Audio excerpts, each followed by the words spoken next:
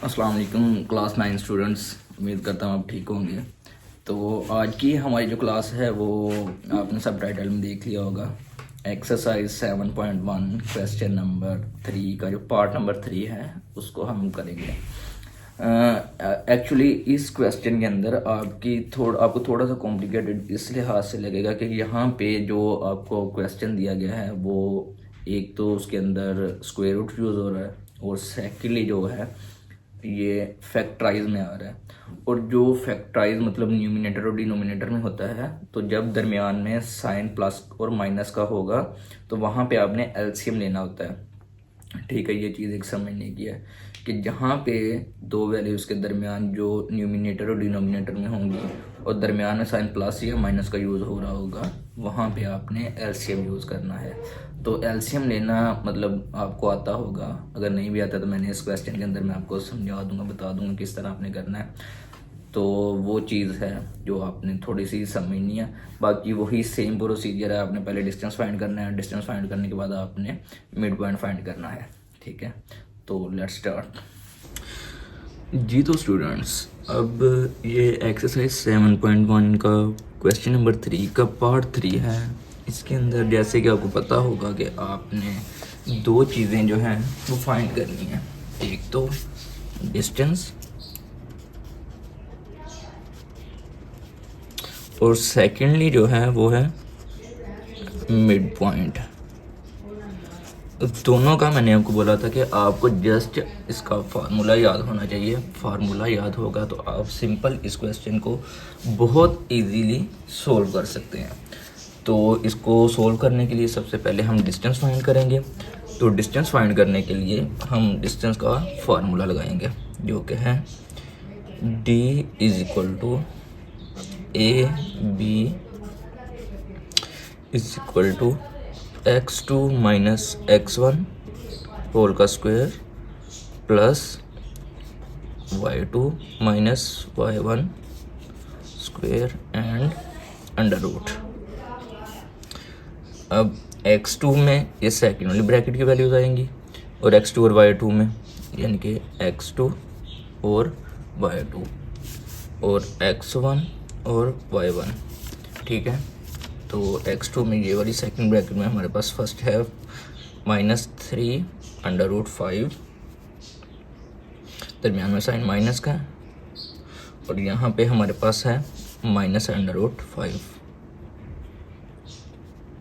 और ये सारा आ गया आपका ब्रैकेट के अंदर। दरमियान में साइन प्लस का है तो प्लस आ जाएगा। अब y2 में हमारे पास है 5, दरमियान में साइन माइनस का, और y1 में हमारे पास वैल्यू जो गिवन वैल्यू है वो है -1/3, -1/3। इसको भी हम ब्रैकेट में ले लेंगे और स्क्वायर रूट। अब जैसे कि आपको पता है कि माइनस और माइनस प्लस होता है, तो सिंपली हम पहले इसको प्लस में लिख लेंगे इस वैल्यू को, -3 under root 5 plus under root 5 का स्क्वायर प्लस, इसमें भी सेम वही प्रोसीजर, 5 माइनस माइनस प्लस 1/3 और स्क्वायर और अंडर रूट। इसके बाद ये देखें, आपको इस चीज़ का तो पता होगा कि जब बेस सेम होती है तो उनको हम कॉमन कर लेते हैं। ठीक है, तो इसको कॉमन करने के लिए और एक और चीज़, जहाँ पे जो स्क्वायर रूट के बाहर जो है नंबर, यहाँ पे -3 है और यहाँ पे कोई नंबर नहीं गिवन, तो जहाँ पे कोई नंबर नहीं गिवन होता इसका मतलब है कि यहाँ पे 1 है। ठीक है, अब ये वाली वैल्यू प्लस की है और ये वाली वैल्यू माइनस की है। ठीक है, -3 + 1 मतलब प्लस माइनस माइनस, और -3 में से 1 गया तो -2 बचा, तो उसकी जगह पे हम -2 लिख लेंगे और इसको हम कॉमन लिख लेंगे जो कि इस तरह आ जाएगा। ठीक है, यानी कि इस पूरी का हमने कॉमन, क्योंकि ये दोनों की बेस सेम है, तो यहाँ पे -3 में से -1 किया तो हमारे पास -2 आ गया, और ये बेस सेम है तो उसको एक दफ़ा हमने लिख लिया, और इस सब को हम अब स्क्वायर में ले लेंगे। प्लस अब यहाँ पे हम क्या करेंगे, यहाँ पे देखें ये न्यूमिनेटर और डिनोमिनेटर में आ रहा है और दरमियान में साइन प्लस का आ रहा है, ठीक है। और जब इस तरह आपके पास आएगा तो आपने इसके नीचे कोई नंबर नहीं, इसका मतलब यहाँ पे 1 है, तो हम इसका एलसीएम ले लेंगे। तो जब एलसीएम लेंगे 1 और 3 का, तो 3 1 ज़ार, तो हमारे पास 3 ही इसका एलसीएम आएगा। तो यहाँ पे हम इनका एलसीएम ले लेंगे 3। अब यहाँ पे 1 है, तो 1 जो डिनोमिनेटर में वैल्यू होती है उसको पहले इसके साथ मल्टीप्लाई करते हैं, तो मल्टीप्लाई करने के बाद जो आंसर आएगा उसको हमने ऊपर वाले डिनोमिनेटर के साथ मल्टीप्लाई करना था। 3 1 ज़ार 3 और 3 5 ज़ार 15 आ गया। अब इसको इसके साथ, यानी कि जो न्यूमिनेटर में वैल्यू डिनोमिनेटर में वैल्यू है उसको इसके साथ डिवाइड करेंगे। डिवाइड करने के बाद जो आंसर आएगा उसको हमने ऊपर वाली वैल्यू के साथ मल्टीप्लाई करना है। तो 3 1 ज़ार 3 होता है, और 1 multiply by 1 is equal to 1। तो यहाँ पे हमारे पास 1, दरम्यान में साइन प्लस का है तो प्लस आ जाएगा, और ये होल स्क्वायर और अंडर रूट। अब यहाँ पे क्या करेंगे, अब ये वाली वैल्यूज़ को ओपन करेंगे। ये 2 है, इस 2 को ओपन करेंगे, 2 2 ज़ार 4, और ये minus minus minus time plus हो जाता है, ठीक है। और इस का जो स्क्वायर रूट है ये स्क्वायर रूट से कट जाएगा, और यहाँ पे ये इस तरह इसके साथ मल्टीप्लाई होगा, ठीक है। प्लस 15 + 1 16/3 और स्क्वायर, इसी तरह 4 5 ज़ार 20 प्लस 16 का स्क्वायर ओपन करेंगे। यहाँ पे जब स्क्वायर हो इसका मतलब है कि वहाँ पे 2 दफ़ा 16 है, और 16 को 16 से मल्टीप्लाई करें तो हमारे पास 256 इस तरह आएगा, ठीक है। तो इसको ओपन करेंगे 16 time 256 divided by 3 multiply by 3 यानी 9, ठीक है। अब ये चीज़ आप दोबारा देखें तो ये दोबारा फैक्टराइज पोजीशन में आ गई है, ठीक है। दरमियान में साइन प्लस का, जब प्लस या माइनस का साइन आ रहा हो और ये फैक्टराइज की पोजीशन हो, तो इसको आपने क्या करना है, इसका दोबारा से हम एलसीएम लेंगे।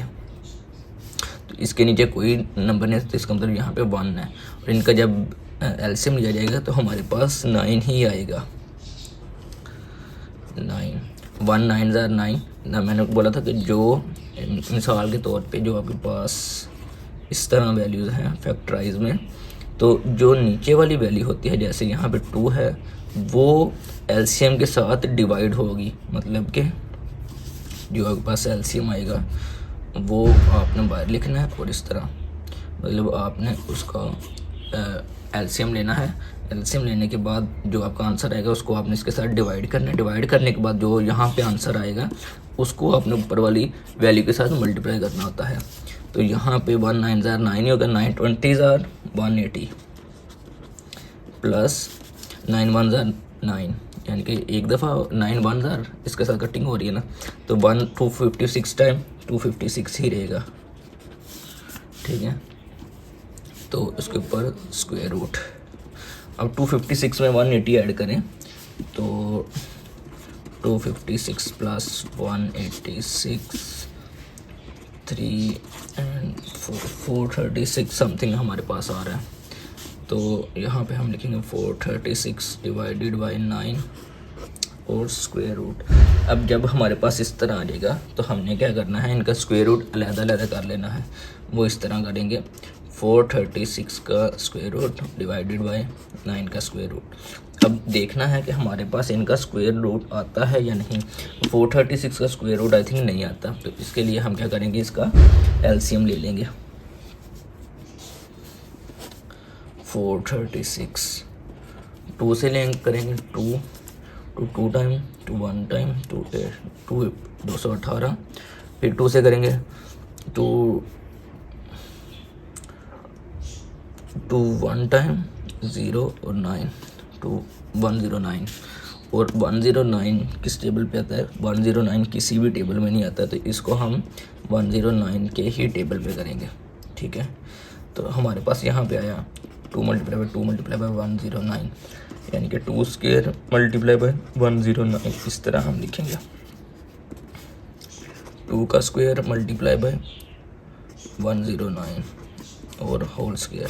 अब 9 का स्क्वायर आपको पता है कि 9 का स्क्वायर जो है वो 3 होता है, तो 3 का स्क्वायर।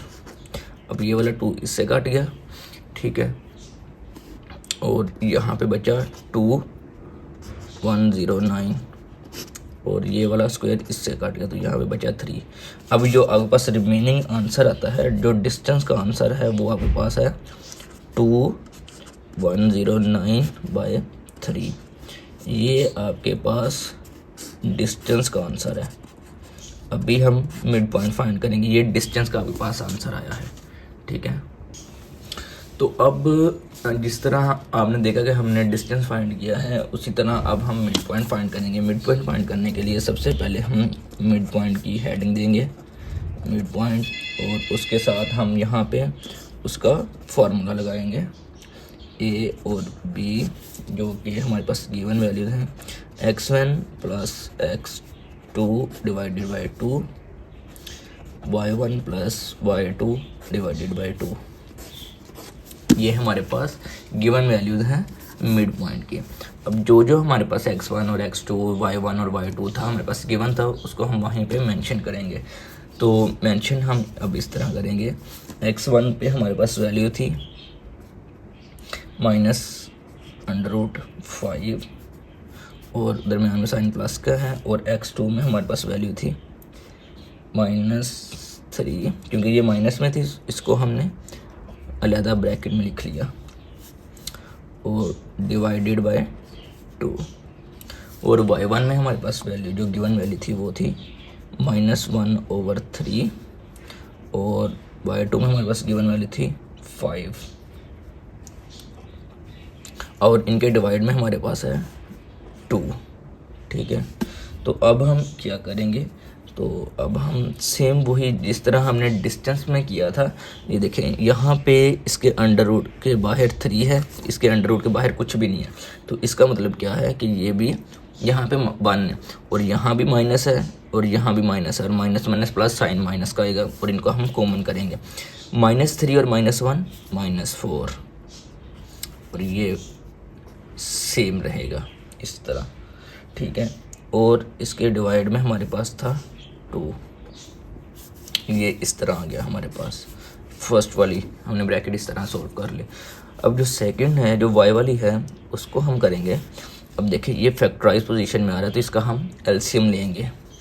तो हमारे पास है -1/3 प्लस 5, इसके नीचे कुछ भी नहीं है, तो इसका मतलब यहाँ पे 1 होगा, 5/1/2। तो अब नेक्स्ट स्टेप में हम इसका एलसीएम लेंगे।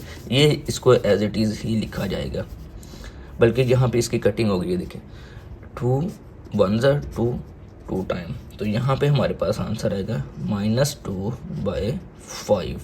ये हमारे पास इस साइड का आंसर आ गया। अब यहाँ पे इनका एलसीएम लेंगे 3 और 1 का, तो हमारे पास 3 ही एलसीएम आएगा, 3 1 3, और यहाँ पे देखें तो 3 का जो डिनोमिनेटर है, इसको इसके साथ डिवाइड करेंगे तो 1 आएगा, 1 और 1 को 1 से मल्टीप्लाई करें तो हमारे पास 1 ही रहेगा, और साथ में साइन माइनस का है तो -1, प्लस यहाँ पे 1 है, 1 3 टाइम 3 1 3 होता है ना, तो लेकिन यहाँ पे 1 है, तो हम 1 को मल्टीप्लाई 3 डिवाइड करें 3 से, तो 3 ही रहेगा, तो 3 5 15, तो साथ में हम 15 प्लस कर देंगे इस तरह, और इसके डिवाइड में था 2, ठीक है। तो अब हम नेक्स्ट स्टेप -2/5, ये सेम ही रहेगा। अब देखें, माइनस और ये प्लस, ठीक है, 15 - 1, तो यहाँ पे 14 बचेगा, 14/3, और ये जो डिवाइड में 2 है, इसको हम क्या करेंगे, इसको हम अलहदा आगे लिख लेंगे इस तरह, /2 इस तरह, ठीक है। अब नेक्स्ट स्टेप में -2/5 डिवाइड, अब आपको पता होगा कि जो डिवाइड में होगा, जब डिवाइड को हम चेंज करेंगे तो वो जो ऊपर वाली जो 2 है वो नीचे डिनोमिनेटर में आ जाएगा इस तरह 1/2, सॉरी हाँ, मल्टीप्लाई बाय 1/2। अब हमारे पास इस तरह आ गया, तो हमने देखना कि जब इस तरह मल्टीप्लाई में आएगा तो हमने आपस में इनकी कटिंग करनी है, जो वैल्यूज कटिंग हो रही होगी उसकी कटिंग करनी है। 2 1 2 7 टाइम, ठीक है।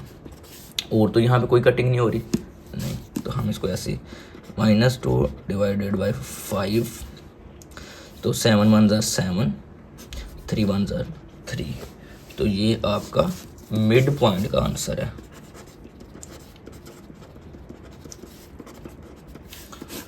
ठीक है जी, तो स्टूडेंट्स उम्मीद है कि आपको समझ आ गई होगी। तो इसी तरह आप देखते रहें हमारे वीडियोस को, और आपको उम्मीद है कि आप समझ जाएंगे। और इसके बाद जहाँ से आपको नहीं समझ आएगी आप मुझे कमेंट सेक्शन में बता सकते हैं। तो